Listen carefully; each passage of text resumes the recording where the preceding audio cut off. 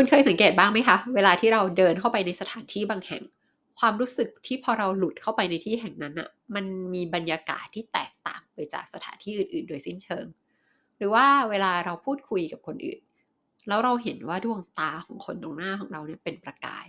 รอบๆตัวเขาเหมือนมีแสงสว่างที่เจิดจ้าลอยออกมาหรือกับบางคนแค่เดินผ่านเราก็จะรู้สึกว่าเขาดูหน้าหมองๆนะ รอบๆตัวเขาเหมือนมีเมฆหมอกดำๆปกคลุมตัวอยู่ทั้งหมดทั้งมวลที่ว่ามาเนี่ยมันคือ vibe ค่ะมันคือความถี่มันคือพลังงานเวลาที่เรามีพลังงานดีมากๆเนี่ยเราก็จะรู้สึกดีสุดๆไปเลยนะคะรู้สึกว่าทำอะไรก็ง่ายได้สะดวกเรียบร้อยราบรื่นนะคะคิดงานออกทำงานออกมาได้เป็นอย่างดีจนเรารู้สึกขอบคุณทุกอย่างที่มันเกิดขึ้นในชีวิตเรา แล้วเราก็อยากจะส่งมอบความรู้สึกดีๆนี้ให้กับคนอื่นด้วย ทีนี้ในหนังสือ The Power of Intention ผู้เขียนก็คือคุณเวนไดเออร์ได้แบ่งปันเอาไว้ว่ามันมีวิธีอยู่นะวิธีที่จะทำให้พลังงานดีๆพวกนั้นนะอยู่กับเราไปได้นานๆค่ะพูดง่ายๆก็คือว่า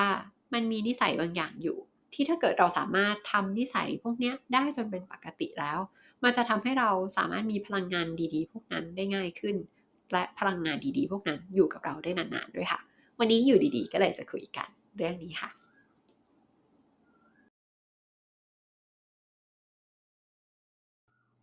สวัสดีค่ะนัดอยู่ดีๆดูแลอารมณ์จัดการตัวเองในชีวิตประจำวันค่ะคุณแม็กซ์แพลงค์บิดาแห่งทฤษฎีฟิสิกส์ควอนตัมนะคะเจ้าของรางวัลโนเบลสาขาฟิสิกส์เขาใช้เวลาตลอดทั้งชีวิตของเขาศึกษาเรื่องความสัมพันธ์ระหว่างพลังงานและสสารคุณแพลงค์เคยกล่าวเอาไว้ว่าสิ่งที่เป็นสสารไม่มีอยู่จริง สสารสามารถดำรงสภาพเป็นสสารเอาไว้ได้ก็เพราะว่ามันมีพลังงานที่คอยยึดโยงอนุภาคเล็กๆเหล่านั้นเอาไว้ต่างหากหลักการนี้เป็นจริงทั้งกับร่างกายของเราต้นไม้ดอกไม้โทรศัพท์มือถือไปจนถึงดวงดาวพอเรามองลึกลงไปให้ได้แบบนี้แล้วเราก็จะพบว่าโลกกายภาพแบบที่ตาของเรามองเห็นอยู่นี้ไม่ได้มีอยู่จริง ทั้งหมดทั้งมวลที่มีอยู่คือความถี่คือพลังงานต่างหากพอเรามีมุมมองแบบนี้แล้วมันก็จะทำให้เวลาที่เรามองดูสรรพสิ่งเราก็จะสามารถมองดูมันได้จากแง่มุมที่ต่างออกไปดวงดาวมีพลังงานคนตรงหน้าเรามีพลังงานความคิดที่เกิดขึ้นข้างในหัวของเราแต่ละความคิดก็มีพลังงานทุกสิ่งทุกอย่างคือพลังงานที่มีการเคลื่อนไหวสั่นสะเทือนเปลี่ยนแปลงได้อยู่ตลอดเวลา ประเด็นสำคัญมันอยู่ตรงที่ว่าเวลาที่เรามีพลังงานดีมากๆเนี่ยเราจะอยู่ในช่วงความถี่สูงค่ะเราจะรู้สึกดีมากๆเลยรู้สึกว่าทุกอย่างราบรื่นเรียบร้อยง่ายดายอะไรๆก็เป็นไปได้ทั้งนั้นแต่ในทางตรงข้ามถ้าเกิดเราอยู่ในพลังงานระดับล่างเราติดอยู่กับความถี่ต่ำๆเนี่ยเราก็จะจมอยู่กับความรู้สึกหนักๆอารมณ์ยากๆทั้งหลายเรารู้สึกว่าอะไรๆก็อุปสรรคทำอะไรก็ติดขัดไปหมด เรารู้สึกเหมือนเราถูกทอดทิ้งให้ต้องต่อสู้กับโลกใบนี้แต่เพียงลำพังดังนั้นถ้าอยากจะมีพลังงานดีในระดับที่แบบมันแผ่ออกมาจากตัวได้นะคะเราจะต้องหมั่นสังเกตพลังงานของตัวเราเองค่ะแล้วก็หมั่นสังเกตพลังงานของข้าวของเครื่องใช้ผู้คนในชีวิตประจำวันของเราเพราะว่าข้าวของแล้วก็ผู้คนอ่ะมันจะมีผลต่อระดับพลังงานของเราได้ค่ะตั้งแต่เพลงที่เราฟังบ่อยๆอาหารที่เรากินเข้าไปไปจนถึงผู้คนที่เราใช้เวลาอยู่ด้วยมากๆนะคะ ข้าวของเครื่องใช้และผู้คนเหล่านี้ก็จะส่งผลต่อระดับพลังงานของเราว่าจะดึงพลังงานของเราให้ขึ้นไปอยู่ในระดับที่สูงขึ้นหรือดึงพลังงานของเราให้ตกลงมาอยู่ในช่วงความถี่ที่ต่ำลงค่ะทีนี้คุณเวนไดเออร์ก็แนะนำเอาไว้ทั้งหมด13วิธีที่จะทำให้เรามีพลังงานดีๆและพลังงานดีๆพวกนั้นอยู่กับเราได้นานๆค่ะ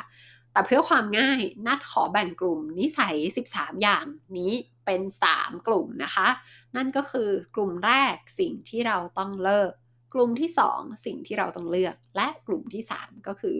สิ่งที่คุณเวนไดเออร์แนะนำว่าเราควรทำเพิ่มเข้ามาในชีวิตของเราค่ะไปเริ่มดูกลุ่มแรกกันก่อนเลยค่ะสิ่งที่เราต้องเลิกค่ะนิสัยที่1ไม่เสพสื่อที่ปล่อยพลังงานระดับล่างออกมาอย่าลืมว่าอะไรก็ตามที่เรารับเข้ามาใส่ตัวเนี่ยมันจะกลายไปเป็นวัตถุดิบในการสร้างชีวิตของเรานะคะเรื่องนี้เป็นจริงรวมถึงสื่อที่เราเสพในชีวิตประจำวันด้วยค่ะตั้งแต่ข่าวที่เราดูดราม่าที่เราตาม โซเชียลมีเดียเพจต่างๆไปจนถึงโฆษณาทั้งแบบภาพนิ่งภาพเคลื่อนไหวหรือว่าพวกโฆษณาที่มันแปะๆๆอยู่ตามเว็บต่างๆนะคะถ้าคุณมองแล้วว่าสื่อตัวไหนที่ดูแล้วมันดึงพลังงานของเราให้ตกลงสู่ความถี่ระดับล่างเนี่ยก็ให้เราเลิกดูสื่อพวกนั้นนะคะเช่น ถ้าคุณบอกว่าคุณไม่สบายใจเวลาเล่นโซเชียลมีเดียแล้วเห็นโพสต์บางโพสต์คุณอาจจะยังไม่ต้องเลิกเล่นก็ได้นะคะแต่ว่าคุณสามารถเลิกติดตามคนบางคนหรือว่าเพจบางเพจก็ได้หรือถ้าเกิดคุณเป็นคนชอบดูหนังชอบดูซีรีส์การเลือกใช้บริการของสตรีมมิ่งถูกลิขสิทธิ์เนี่ยมันไม่ใช่แค่ว่าคุณได้สนับสนุนศิลปินที่ตัวคุณชื่นชอบนะแต่มันยังหมายรวมถึงว่าคุณกำลังดูแลพลังงานของตัวคุณเองอยู่เพราะว่าถ้าเกิดเราไปดูในเว็บเถื่อนเนี่ยมันจะมีโฆษณา ที่ปล่อยพลังงานระดับล่างออกมาเยอะมากๆ การใช้บริการสตรีมมิ่งคือการตัดโอกาสให้เราไม่ต้องไปข้องเกี่ยวกับโฆษณาพวกนั้นค่ะหรือเวลาดูข่าวก็เลือกดูข่าวจากสำนักข่าวที่เน้นการรายงานข่าวมากกว่าจะเลือกการปั่นดราม่าแบบนี้เป็นต้นค่ะ วิธีที่2ไม่ใช้สารเสพติดไม่ว่าจะกินดื่มสูบหรือเสพด้วยวิธีการใดๆก็ตามค่ะเพราะว่าสารเสพติดเป็นพิษกับร่างกายแล้วก็ส่งผลให้สติของเราไม่แจ่มใสแล้วมันจะดึงพลังงานของเราให้ตกลงสู่ความถี่ที่ต่ำลงร่างกายของเราเป็นสิ่งที่มีค่ามากๆนะคะเวลาจะเลือกเติมอะไรใส่เข้ามาในร่างกายของเราดูดีๆค่ะว่าของสิ่งนั้นมันส่งผลยังไงต่อร่างกายจิตใจแล้วก็จิตวิญญาณ ต่อกันที่นิสัยในกลุ่มที่2นะคะกลุ่มนี้เราจะต้องดูดีๆแล้วก็เลือกดีๆค่ะเริ่มกันที่นิสัยที่3ให้เราเลือกกินอาหารที่ส่งมอบพลังงานดีๆค่ะอาหารแต่ละชนิดเนี่ยเขามีพลังชีวิตไม่เหมือนกันนะคะพวกผักสดผลไม้สดถั่วอบใหม่โฮลฟู้ดหรือว่าอาหารที่เพิ่งปรุงเสร็จออกมาใหม่ๆเนี่ยจะมีพลังงานชีวิตที่สูงกว่าอาหารแปรรูปจากโรงงานอาหารกระป๋องอาหารแปรรูปจากแป้งและน้ำตาลหรือว่าพวกอาหารที่อุ่นซ้ำๆหลายๆครั้งค่ะอาหารที่มีพลังชีวิตดีๆพวกเนี้ยเวลาเรากินเข้าไปแล้วมันก็จะไปบำรุงหล่อเลี้ยงร่างกายและจิตใจของเราต่อไปนะคะดังนั้นเลือกดีๆค่ะนิสัยที่4รู้เท่าทันความคิดของตัวเองค่ะทุกความคิดมีผลต่อพลังงานนะคะ ความคิดสามารถดึงเราให้สูงขึ้นก็ได้หรือความคิดจะดึงเราให้ต่ำลงก็ได้ค่ะเราเชื่อความคิดไหนอนาคตของเราก็จะถูกชักนำให้ไปตามทิศทางของความคิดนั้นเชื่อในความคิดลบโกรธเกลียดด้านชาหวาดกลัวรู้สึกผิดใช้ความรุนแรงมันก็จะดึงเราลงสู่พลังงานระดับล่างถ้าเชื่อในความรักความเมตตาความอุดมสมบูรณ์ความเบิกบานความขอบคุณความเป็นไปได้ เราก็จะถูกดึงขึ้นไปให้ได้ใช้ชีวิตในระดับพลังงานระดับเดียวกันนิสัยที่5เลือกสื่อบันเทิงที่เราจะรับชมดีๆค่ะทุกวันนี้เนี่ยเรามีสื่อบันเทิงหลากหลายมากๆเลยนะคะไม่ว่าจะเพลงหนังสือซีรีส์เกมยูทูบพอดแคสต์นะคะงานแต่ละชิ้นเนี่ยมันก็จะปลดปล่อยพลังงานไม่เหมือนกันออกมานะคะให้เราสังเกตดูดีๆว่างานที่เราเสพอยู่เนี่ยมันปล่อยพลังงานแบบไหนออกมา แล้วเพราะว่าสื่อบันเทิงทั้งหลายล้วนแล้วแต่เป็นงานสร้างสรรค์นะคะเราสามารถเสพมันเพื่อใช้เป็นแรงบันดาลใจก็ได้หรือจะชมเพื่อความผ่อนคลายเพื่อความสนุกสนานเพลิดเพลินก็ได้แต่ถ้าเกิดคุณมองแล้วว่างานชิ้นไหนอะมันปล่อยพลังงานในแง่ลบออกมามันเต็มไปด้วยความรุนแรงก็ไม่ควรที่จะใช้เวลาของเราอยู่กับมันนะคะ นิสัยที่6ดูแลพลังงานในพื้นที่ที่เราอยู่อาศัยให้ดีค่ะไม่ว่าที่นั่นจะเป็นบ้านที่โต๊ะทำงานหรือว่าที่รถนะคะเพราะว่าบริเวณเหล่านี้คือพื้นที่ที่เราใช้เวลาส่วนใหญ่ของชีวิตเราอยู่ตรงนั้นนะคะดูแลให้พื้นที่เหล่านี้มีพลังงานดีๆลอยออกมาค่ะ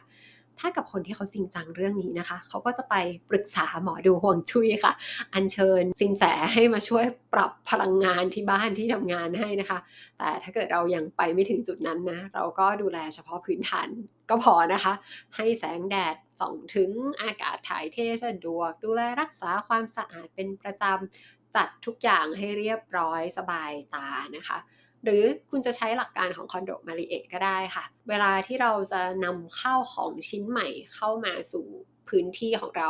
เราจะเลือกข้าวของที่มันสปาร์กจอยนะคะเพราะว่าข้าวของที่มันสปาร์กจอยเนี่ย แค่เรามองเห็นมันเราก็รู้สึกดีแล้วและทุกครั้งที่เราหยิบมันมาใช้เราก็จะรู้สึกดีมากๆนะคะของชิ้นไหนที่มันไม่สปาร์กจอยกับเราแล้วเราก็ขอบคุณเขาแล้วก็อัญเชิญเขาออกไปจากชีวิตเราค่ะนิสัยที่7เลือกคนที่เราจะใช้เวลาด้วยมีคำพูดสุดฮิตในแวดวงพัฒนาตัวเองอยู่นะคะว่าเราคือค่าเฉลี่ยของคน5คนที่เราใช้เวลาอยู่ด้วยกับเขามากที่สุด คนที่คุณใช้เวลาอยู่กับเขามากๆเนี่ยเป็นคนแบบไหนคุณก็จะกลายไปเป็นคนแบบนั้นค่ะดังนั้นถ้าคุณอยากจะมีพลังงานแบบไหนก็ให้ไปอยู่ใกล้กับคนที่มีพลังงานแบบนั้นค่ะแต่ถ้าเกิดคุณบอกว่า รอบๆตัวฉันไม่มีใครที่มีพลังงานดีเลยจะทำยังไงดีใช้วิธีอ่านหนังสือก็ได้ค่ะอ่านหนังสือที่เขียนโดยคนที่มีพลังงานดีๆหรือว่าดูคลิปของคนที่มีพลังงานดีๆก็ได้เหมือนกันอยากมีพลังงานแบบไหนก็ให้ใช้เวลาของคุณเรียนรู้แล้วก็อยู่ใกล้ๆคนที่มีพลังงานแบบนั้นนะคะนิสัยที่8เลือกสถานที่ดีๆค่ะให้เราคอยสังเกตตัวเองดูนะคะว่าเราทำกิจกรรมอะไรที่ไหน แล้วสถานที่ที่เราไปทำกิจกรรมนั้นน่ะมันปล่อยพลังงานแบบไหนออกมายกตัวอย่างเช่นการกินข้าวนอกบ้านเดินเล่นออกกำลังกายไปซื้อของหรือว่าไปเปิดร้านขายของมันเป็นกิจกรรมพื้นฐานที่มีสถานที่ตัวเลือกของสถานที่เยอะมากๆอะค่ะว่าเราสามารถทำกิจกรรมเหล่านี้ที่ไหนก็ได้ทีนี้มันก็จะมีสถานที่บางแห่งที่มันปลดปล่อยพลังงานระดับล่างออกมาสถานที่พวกนั้นก็เช่นสถานที่ที่มีคนที่เขามีอคติชอบตัดสินคนอื่นไปอยู่รวมกัน คนชอบใช้คำพูดแรงๆ ใช้ความรุนแรงหรือว่าเป็นที่ที่คนเขาไปมั่วสุมกันนะคะให้เราถามตัวเองดูค่ะว่าสถานที่เหล่านี้มันสะท้อนภาพของชีวิตอย่างที่เราอยากมีจริงๆหรือเปล่าถ้าไม่ใช่ก็ให้เปลี่ยนที่นะคะมันมีตัวเลือกของสถานที่อีกเยอะมากเลยที่เราสามารถไปทำกิจกรรมต่างๆที่ว่ามาได้ถ้าไม่ใช่ก็เปลี่ยนที่ค่ะ ถัดมาคือนิสัยในกลุ่มที่3ที่ดรเวนไดเออร์แนะนำให้เราทำเพิ่มเข้ามาในชีวิตประจำวันนะคะถ้าพร้อมแล้วเริ่มกันที่นิสัยแรกนิสัยที่9ค่ะทำสมาธิในชีวิตประจำวันค่ะ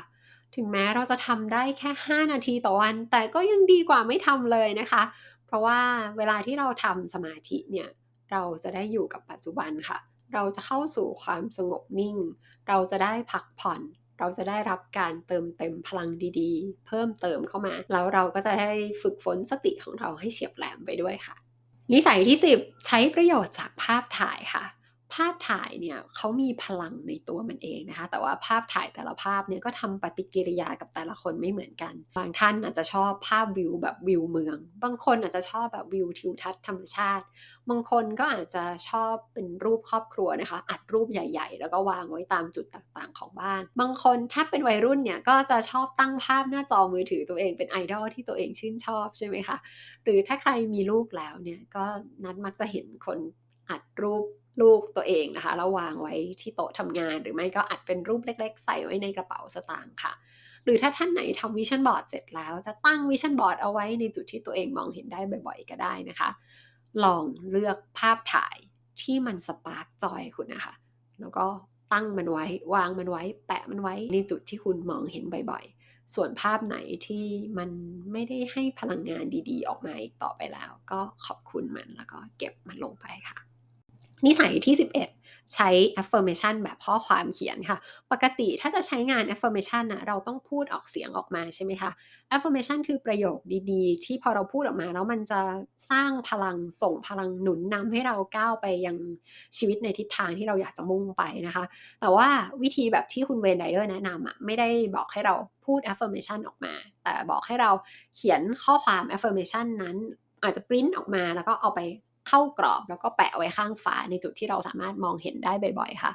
ตัวนัทเองไม่ได้ทำแบบนั้นแต่ว่านัทใช้วิธีที่เล่นง่ายกว่านั้นอีกค่ะเพราะว่าเดี๋ยวนี้มันจะมีของที่เรียกว่า affirmation card นะคะเขาจะทำออกมาคล้ายๆสำรับไพ่อะค่ะแต่ว่าทั้งสำรับนั้นนะมันจะเป็นข้อความ affirmation ดีๆแล้วก็ทำออกมาได้สวยงามดูเป็นศิลปะนะคะทุกๆสัปดาห์นัทก็จะหยิบการ์ดขึ้นมา1ใบแล้วก็จะไปตั้งไว้ที่โต๊ะทำงาน1ใบที่โต๊ะเครื่องแป้ง1ใบ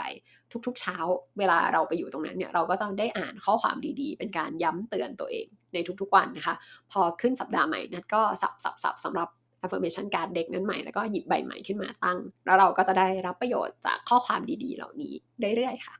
นิสัยที่12ใจดีกับคนอื่นโดยไม่หวังผลตอบแทนค่ะเวลาที่เราใจดีกับคนอื่นโดยที่ไม่ได้หวังอะไรตอบแทนกลับมาเลยเนี่ย1เราจะรู้สึกดีอย่างมหาศาล และ2คนที่ได้รับน้ำใจแบบนั้นไปเนี่ยเขาจะรู้สึกอยากมีน้ำใจอยากส่งต่อความใจดีนี้ให้กับคนอื่นต่อไปเรื่อยๆนะคะแล้วเวลาที่เราพูดเรื่องมีน้ำใจเนี่ยมันก็ไม่ได้ต้องเป็นเรื่องยิ่งใหญ่ชนิดว่าบริจาคเงินหลัก10ล้านนะคะน้ำใจมันเริ่มต้นที่เรื่องเล็กๆน้อยๆในชีวิตประจำวันซึ่งคุณก็คงทำอยู่แล้วนะคะไม่ว่าจะทิ้งขยะให้ลงถังแยกขยะทำบุญหรือถ้าเห็นจานชามวางไว้ที่ซิงค์ล้างจานก็ล้างให้ไปเลย หรือเวลาเข้าเมืองไปแล้วเจอนักท่องเที่ยวทำหน้างงๆแลดูหลงทางก็เดินเข้าไปทักก่อนเลยว่ามีอะไรให้ช่วยไหมคะแบบนี้เป็นต้นค่ะ นิสัยที่13ให้อภัยค่ะการให้อภัยเนี่ยมันคือการเคลียร์พลังงานด้านลบทั้งหมดที่เกี่ยวข้องกับคนคนนี้ที่เกี่ยวข้องกับเรื่องนี้ให้มันหลุดออกจากตัวเราได้ในพริบตาเลยนะคะมันคือการสลายพลังงานไม่ดีทั้งหมดออกไปมันทำให้เรารู้สึกเบาสบายมากๆเลยมันคือการปลดโซ่ตรวนหนักๆที่ถ่วงเราเอาไว้กับพลังงานระดับล่างมันคือรสชาติของอิสรภาพ การให้อภัยเนี่ยมันจะส่งเราพุ่งสูงขึ้นสู่พลังงานระดับสูงได้แบบสูงมากเลยนะคะเราจะเข้าถึงความเมตตาความรักความเป็นไปได้ความเบิกบานนะคะ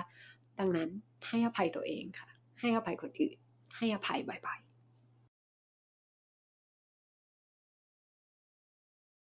เย้ครบแล้วนะคะ13นิสัยที่จะทำให้เรามีพลังงานดีๆอยู่กับเราไปได้นานๆค่ะถ้าใครฟังแล้ว13นิสัยนี้แล้วบอกตัวเองว่าฉันจะทำให้มีครบทั้ง13อย่างเนี้ยภายในวันนี้พรุ่งนี้เลยนะคะก็ไม่ต้องกดดันตัวเองไปถึงขนาดนั้นนะคะค่อยเป็นค่อยไปเริ่มในสิ่งที่เราทำได้เลยในวันนี้แล้วก็ค่อยๆสร้างนิสัยใหม่สะสมไปทีละนิดค่ะ พลังงานมันเป็นสิ่งที่เปลี่ยนแปลงตลอดเวลาอยู่แล้วนะคะมีขึ้นมีลงค่ะแต่ถ้าเกิดเราอยากเป็นคนที่มีพลังงานดีๆอยู่กับเราไปได้นานๆอยากจะมีพลังงานดีๆแบบแผ่ออกมาได้จากตัวนะคะเราก็ต้องค่อยๆฝึกฝนแล้วก็สะสมมันไปนะคะค่อยๆปลดสิ่งที่ฉุดรั้งเราไว้กับพลังงานระดับล่างออกไปทีละนิดทีละนิดนะคะจนวันหนึ่งเราก็จะกลายเป็นคนที่มีพลังงานดีๆอยู่กับเราได้นานๆค่ะ เวลาเราเห็นใครที่มีพลังงานดีๆแบบเนี้ยนะคะเราก็จะรู้สึกว่ารอบๆตัวเขาบรรยากาศมันจะเบาสบาย